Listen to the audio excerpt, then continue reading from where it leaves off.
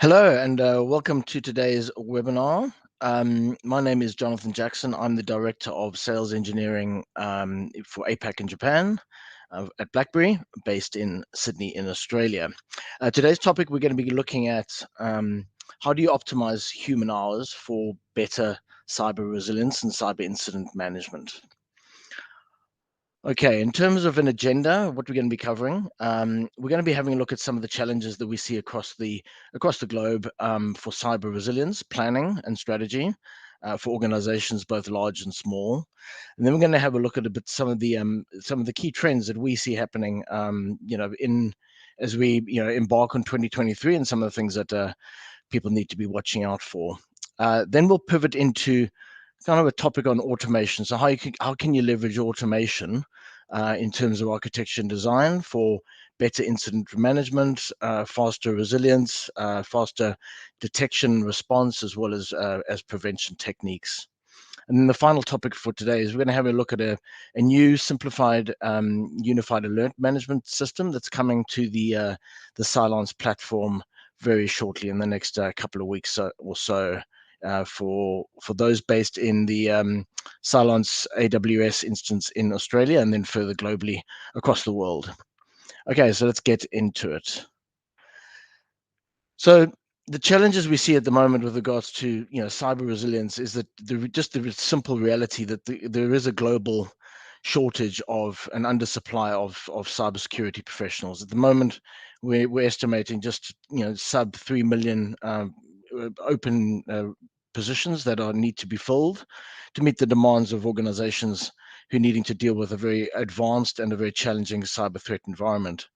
That being said, there are over 4 million people currently employed in cyber security around the globe. So, just to be able to address the undersupply, we need to grow this industry by over 60%, and that's a big challenge for everyone.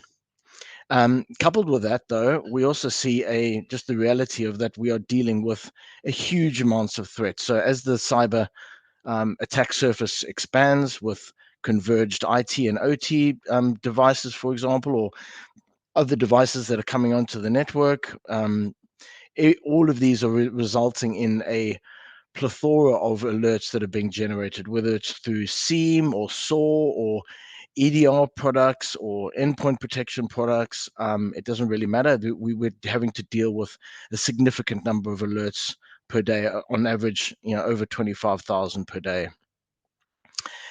But the reality is that organizations around the world are really struggling with attacks. So ransomware is prevalent, business email compromise, phishing campaigns are on the rise, mobile malware attacks, man-in-the-middle attacks, et cetera, et cetera. And this is being coupled by just the reality that it's so difficult to maintain an effective cybersecurity environment to continually try and keep ahead of all of these threats that are coming into our businesses today. And coupled with the fact that these things are quite expensive. So the average cost of an annual cost of a cyber attack is estimated over $30 million. So what are some of the the key trends that we see at BlackBerry, and we're shortly due to announce or release our 2023 cyber threat report. So keep out for that, because that will go into deep insight into some of these challenges. But what's driving the reality for cyber at the moment is just a significant change in a number of different areas. Obviously, cloud transformation and cloud first, digitization and cloud workloads is prevalent, of organizations moving to cloud. And then we've got just a distributed hybrid workforce. I happen to be in the office today here at BlackBerry, but not every day, right? So everybody's having this, working from home and remote working, and that's here to stay. So that can be a real challenge for organizations to keep ahead of the curve in terms of, unprotected network, unprotected devices, and people still requiring access to corporate infrastructure based from anywhere. It was a miserable 2022 for the cybersecurity landscape. A massive rise in cyber activity across the globe, not just here in Australia or South Asia or Japan, but everywhere. And that is only expected to continue to rise as we go forward with a increased geopolitical activity across the world, and cyber criminals are very quick to be able to pivot to attacks which gain footholds in organizations everywhere. And then there also the challenge being that we see a lot of vendor solutions out there, right? On average, most organizations anywhere between 50 to 75 vendors are needing to deploy to be able to try and keep ahead of this challenging cybersecurity environment.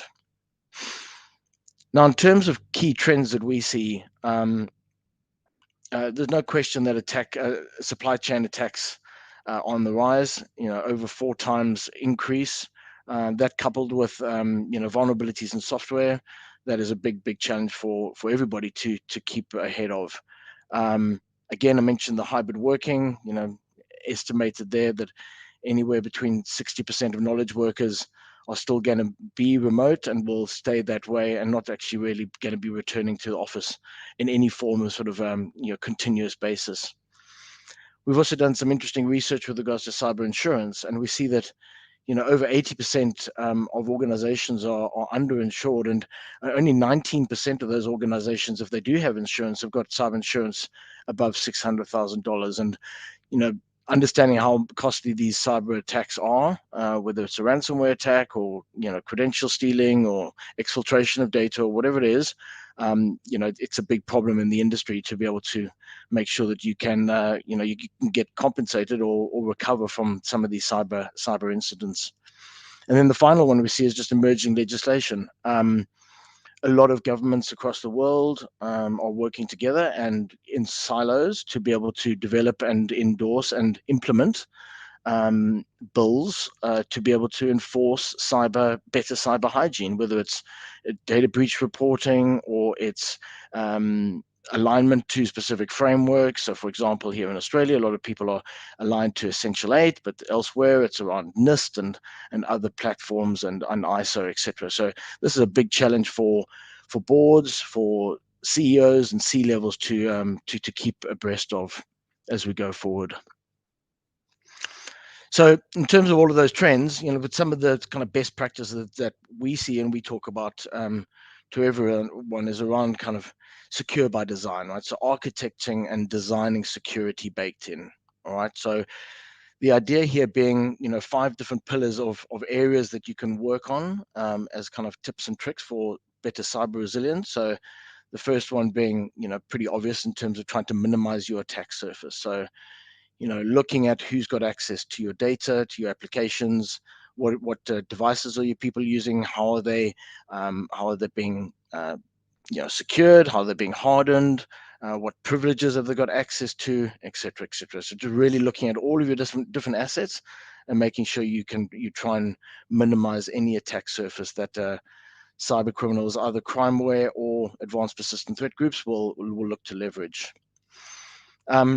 It's a challenging world considering the amount of threats that we see and alerts that we're getting. So look at tools which can allow for automation. So having an automation capability, either using machine learning or AI, which is now prevalent in endpoint and EPP and endpoint detection response systems, is really important. So that limits or reduces the amount of time that you spend threat hunting, looking for needles in a haystack effectively, allow systems and capabilities or products to be able to use automation to provide for prevention first, without really having to deal with attacks after they've actually proliferated across your network.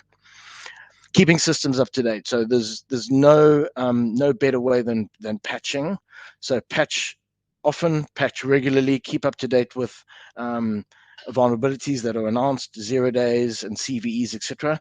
Well, that's just a really obvious, simple cyber hygiene that we see needing to be done more and more. Make sure you've got a decent playbook of understanding your response and your recovery tactics. So make sure you've got everything documented, make sure you've got a good response plan from a cyber incident. When something does actually go wrong, what do you actually do? So having a plan mapped out in terms of engagement across all stakeholders, not just internally in the business, but externally as well, is really important for you to be able to recover as quickly as you can to a cyber incident, no matter what it is. And then the last thing there is just improve, and apologies for the acronyms for those who don't know, but mean time to detection and mean time to response. So really looking at how you architect and implement security solutions to be able to improve the way that you can detect a breach and obviously recover quickly from that breach in terms of responding. Okay, so let's move on then to looking at some of the things that we at BlackBerry and Cylance have been doing, over the last 6 months or so, and what we've got coming up in the product quite shortly, in terms of Cylance Protect and Cylance Optics, to be able to really help you leverage the capabilities and the power of the platform to be able to provide and optimize effectively a very short working day and make sure that you can continuously be protected. So we've done a number of things recently. Some of the features are up here on the board, around behavioral detection using Edge AI. We're about to release our 7th generation of the machine learning model. We've got newly released cyber threat intelligence capabilities, both public feeds as well as private subscriptions for deep insight and into contextualized threat intelligence. So that's something that we've delivered recently. And we've got more capabilities coming to the product around things like partial lockdown and remote response, and then automated kind of playbooks, right? So looking at how Cylance Protect can use automation to allow better prevention capabilities. But if something does get through, then how do you use automated response playbooks with regards to protect, with regards to Cylance Optics, to be able to allow you to detect a threat happening on your network and then automatically remediate that threat, no matter where it is and what stage of the cyber kill chain it's happening. And there are a few others that we've added to the platform recently. The two I wanted to focus on today, though, are the unified alert management and what we get doing there with something we've previously announced as One Alert. So I'll be spending a little bit of time on that, and then also just some of the automated sort of prevention updates that you can use in Cylance Protect to be able to allow you for better control of your assets and your endpoints, whether it's mobile devices or or servers or Windows boxes, Mac, whatever it is, Linux. I'll show you some tools that you can use in the product to be able to leverage some automation there.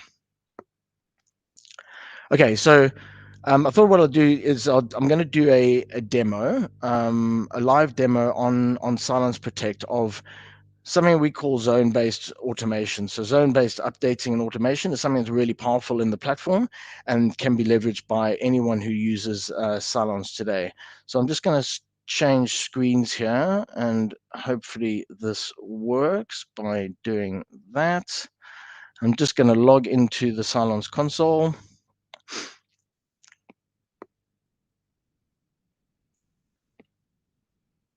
Okay, and this is the dashboard that you would come into the Cylance console.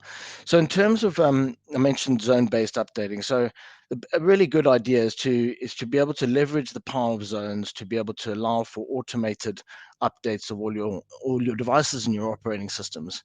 It's really easy to do. All I do here, you can see I've got lots of zones in here. I'm going to go one.global, give it a name.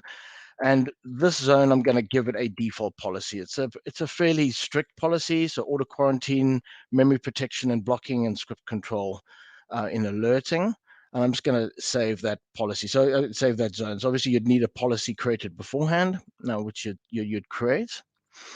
And then once you've got a zone created, we can see now that here is our zone. And we can see we don't have any devices in that zone yet. You can add devices manually to the zone, or you can create rules that can allow for automation on that zone. So for this one, I'm going to create a rule here, which says basically that when a new device is added to the organization, so say, for example, you're dealing with a a Mac OS Ventura upgrade, or people are upgrading their Mac versions, or you're dealing with a Windows 11, which a lot of organizations that I'm working with at the moment are running through a Windows 10 to Windows 11 refresh.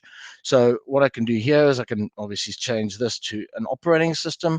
So if I say that Windows all, and then I can add another one here to capture Mac devices.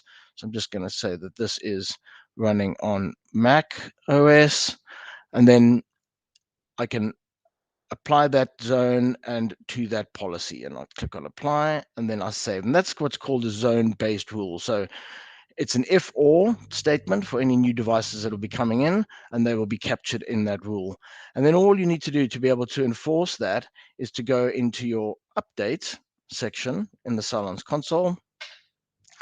And all I do now is I just create a new rule for that policy. So one.global, I'll call it, so I can find it. Let me just go change that to global. And then when I click on this global rule, I can now say that I've got any zones, and I select my zone to the one.global zone. And I can now say, right, for my agents, in terms of updating, I want to enforce auto update of all of those agents. Or I could say, no, I actually want to just hold everything at protect 311,000. Same thing, I can do the same principle with regards to optics as well. So silence optics, I'm going to set silence optics. In this case, I'm going to select 321299 as the version number. And then when I save that, that gets automatically created as an update plan for me.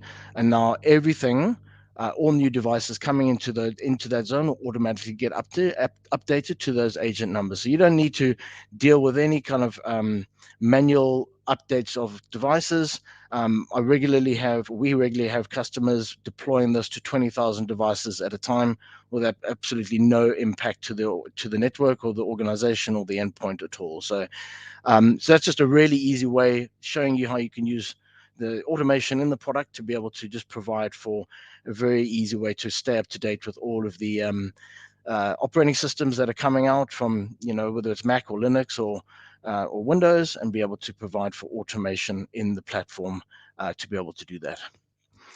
Okay, so let me just go back to the slides quickly, and I'm going to go to this one.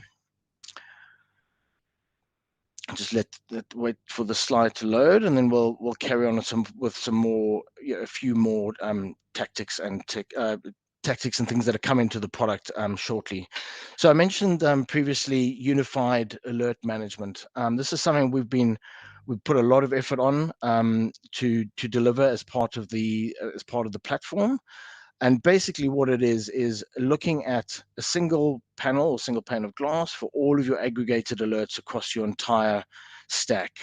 To date, it's been quite challenging for threat hunters, SOC analysts, forensics investigators, etc., to be able to really understand the differences between the alerting that's being detected by Silence Protect, if it's a malicious executable or malicious DLL or a malicious script or a memory exploit, for example, and then be able to triage through and understand kind of if Silence Optics or the endpoint detection response has actually picked up any associated processes. So this is really intended to bring that all together in one single kind of unified view. The additional benefit for this we see as significantly helping you to tune your environment. So being able to deal with really quickly any false positives that may come up. The efficacy of Silence is really, really strong. That being said, you can have some noise. So depending on how stringent you've configured your optics rules, it can get noisy, right? So being able to quickly triage between high alerts, whether they are false positive or not, and being able to deal with that really, really quickly in the platform. And I'll show you an example of that just now. So let's get into some examples. So this is a high-level view of what one alert looks like. As I mentioned, it's coming to the platform very soon, within the next couple of weeks. It will automatically pop up in your Cylons console. There's nothing for you need to do. It will just get pushed out to all of the consoles, all the tenants. And what it looks like, as I mentioned, this sort of correlated and prioritized alert. So we use some behavioral scoring to be able to classify events and alerts that have happened on the system. And then we tag those as either high, medium, or low, or information.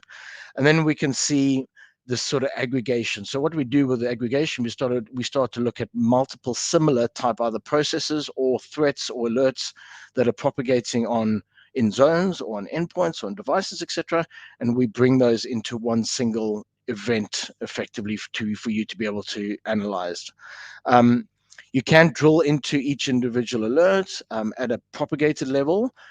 So the idea of being sort of peaks and troughs. So if you have lots of alerts under one categorization as a peak, you can deal with that very quickly. Or if you see one specific or two threats that need investigation, then you can quickly just pivot straight into that in this user interface. The other thing we've added is the assignment from an analyst perspective. So if you see an alert that you're not 100% certain about, or somebody else needs to look at that to triage them and classify them, then you can assign those to analysts as well. So let's have a look at what it actually looks like when you have it running. So here we can see just an aggregated view across our entire stack. We've got both Cylons Protect and Cylons Optics coming into this.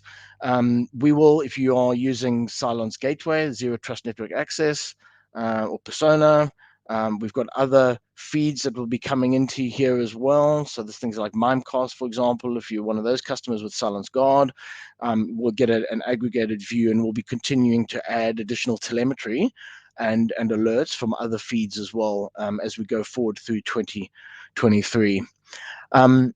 So in this instance here in the top, we can see we've got a view across all of our alerts, whether it's the process that's invoked that alert, on which devices, how many of them have been seen, which zones, which users, etc. So a very easy way to be able to have a look at all alerts in one go.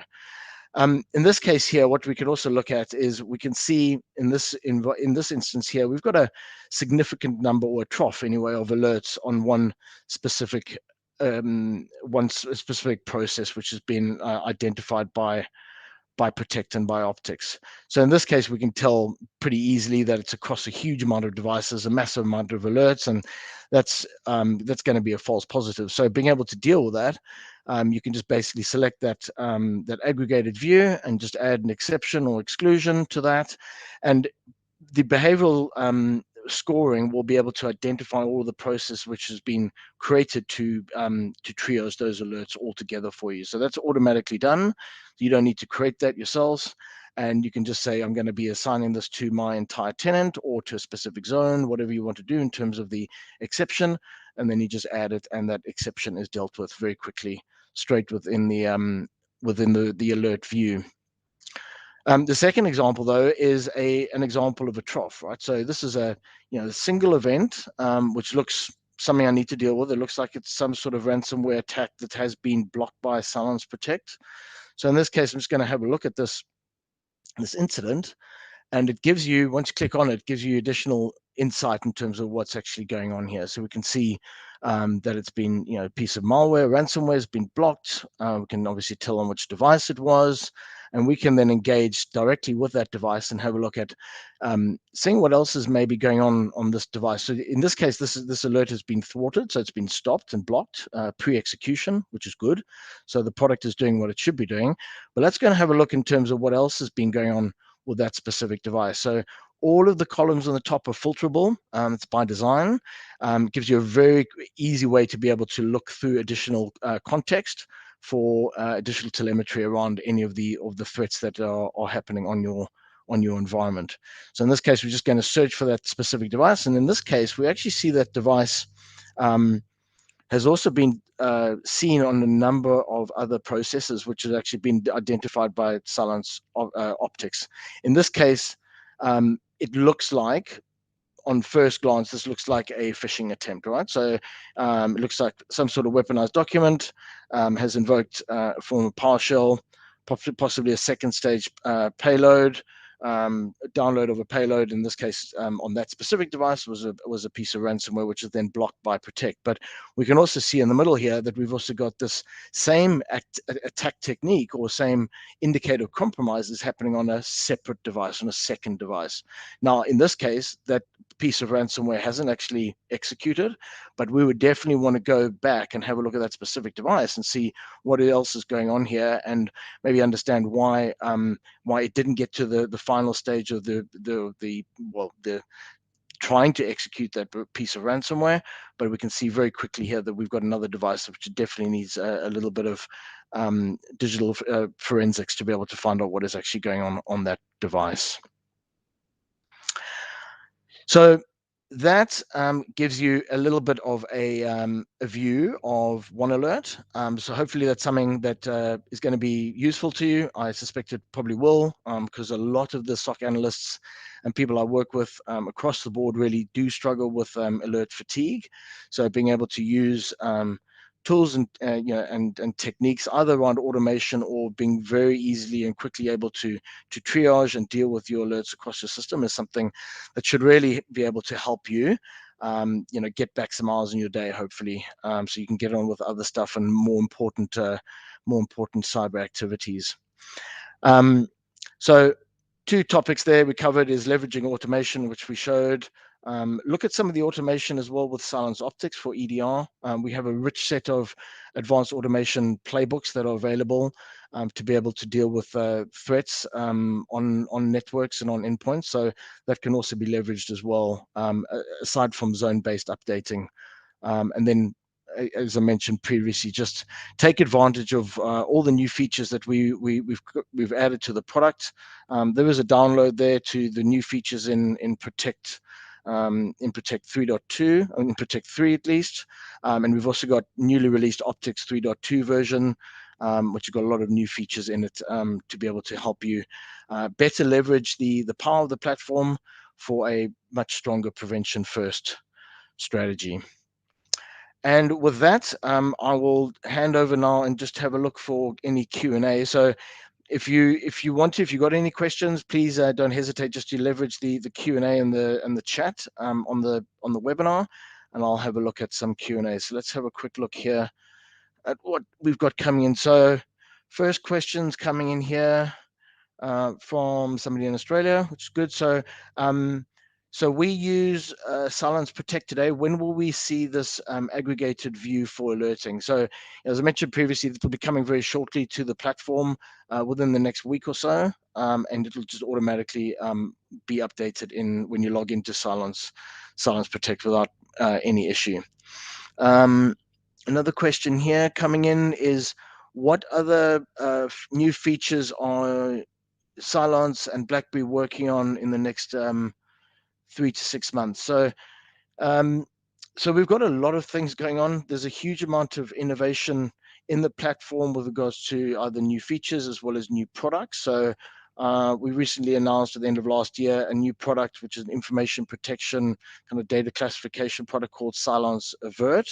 That'll be coming up shortly. With a number of that's currently open in beta. So if you're interested in looking at that product, then please let us know, and we are in beta at the moment for that. We've got some other products that are coming to the Silence platform which have been not yet announced, so I'm going to hold off on those. But if you are interested and you're in, looks like this is an existing customer who I know, please just make contact with one of your, either myself or one of the sales engineers or sales reps across the region, and we'll be able to step you through we've got a strategy and vision roadmap overview, which maps out the next sort of 12 plus months in terms of things that we're adding to the cybersecurity suite of platform under the Silence stack. Okay, any other questions here? There's another one coming in here.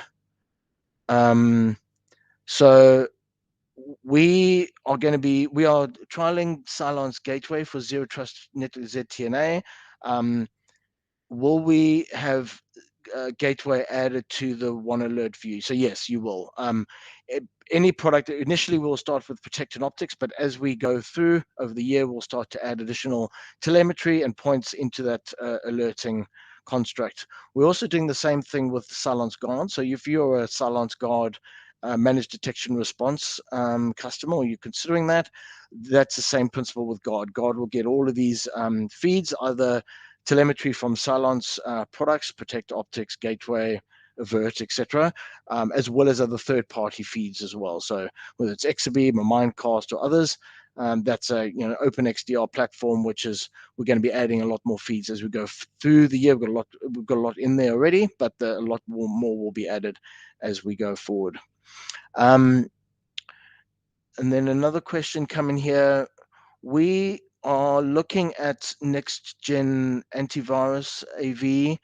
How can we trial this solution? So, okay, good question. Very easy to trial. You can just sign up for a trial on BlackBerry and Cylons. Other than that, you can contact us and we can look at implementing a very easy proof of concept for you. So proof of concept, super easy for us to do. We have a very powerful multi-tenant console, which is leveraged by MSSPs, managed service providers, but that multi-tenant console is also used for proof of concept. So super quick to spin up a tenant, and then we've got a fairly good, I think, playbook in terms of what it looks like to execute a strong proof of concept and get it in your environment, and so you can have a look at it, either as a defense in depth strategy if you've got other AV products in there, or endpoint products, or maybe even other endpoint detection and response products. They can work side by side, or singular as you need. So please just make contact with us, and we'll help you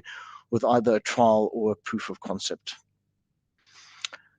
And that's it in terms of questions that I can see on the Q&A in the chat. So we'll call it quits there. I hope you got a lot out of this webinar. Fairly short and sharp for the beginning of 2023, but we'll be having lots more webinars throughout the course of the year. So please keep subscribed, keep informed, and stay safe. Thanks a lot. Speak to you next time.